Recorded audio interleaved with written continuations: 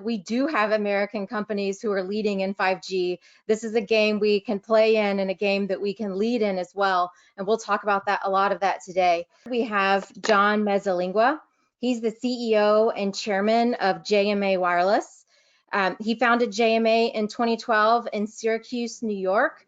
JMA designs and manufactures 4G and 5G products, and it has pioneered a fully virtualized RAN for carrier and private networks. JMA recently announced plans to develop an advanced 5G manufacturing campus in downtown Syracuse, which will span a city block and open in mid-2021.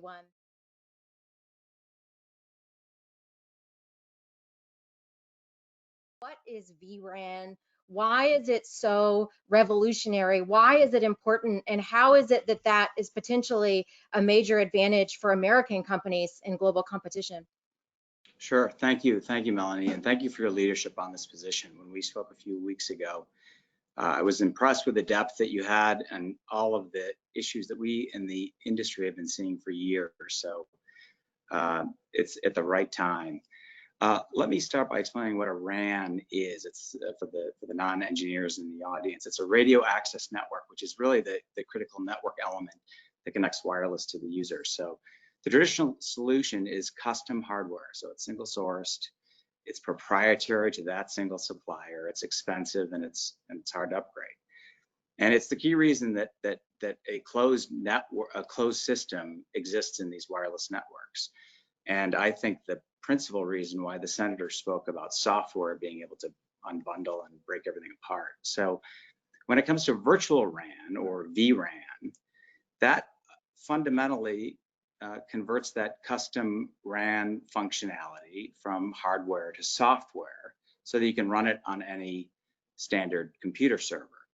So the best example that I can share with you of this in practice is in a stadium where you have 80,000 spectators who use their devices super intensely, and you have to wire up that stadium specifically to handle all the bandwidth. And what happens is you bring all the equipment together in a room that houses the traditional RAN equipment, and it's all customized to that supplier. And we have this unique vRAN product that we call XRAN. It requires no specialized hardware to run it, just software, and just the hardware, the custom hardware that it runs on, or the server that it runs on. But there's no custom hardware associated with our product. It's purely software. So the example that we use in the stadium is this XRAN is actually installed in a stadium in Rome, Italy.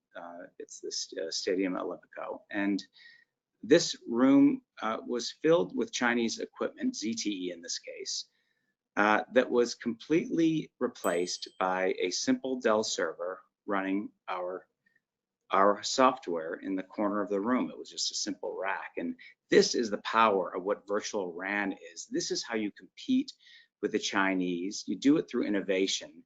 And this is not something that's brand new. This has been on the market and in that stadium for now 2 years and 2 months.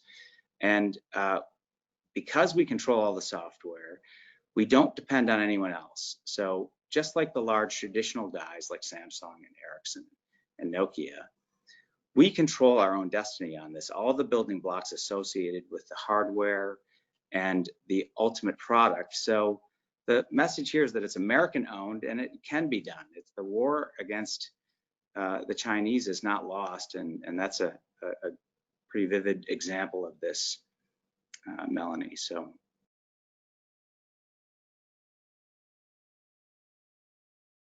If you're going to build a 5G network from scratch today, you're going to do it in the manner that that effectively ORAN is laying out for you, which is you're going to use piece parts. You're going to put and pit the best against each other in each of the component parts, and then you're going to make your decisions. And we see this in Japan. We see this in the U.S. and the DoD has incorporated this in its own RFPs, which just last week they've had announced 4 test beds for 5G experiments, and they've used 3 of the traditional RAN suppliers, and then they were specifically looking for the disruptor or the open system player. And we were fortunate to be involved in that as well. So this is just the beginning of what is going to happen here when you have these networks or a major government body like the DoD put their weight behind it.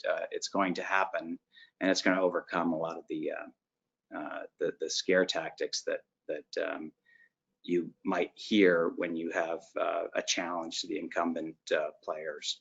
When you look at the rest of the world, that is what is the open ground here for the next U.S. player to become a multinational leader, much like the Swedish, the Finnish, and the South Korean companies. And if Huawei is not stopped through these policy recommendations that you've cited very clearly in your paper, Melanie, you won't have, and we won't have, the opportunity to have that kind of global player that we used to have. And that's to say nothing of the kind of communications that would originate in those countries where there are Chinese-based networks that want to communicate back to the U.S.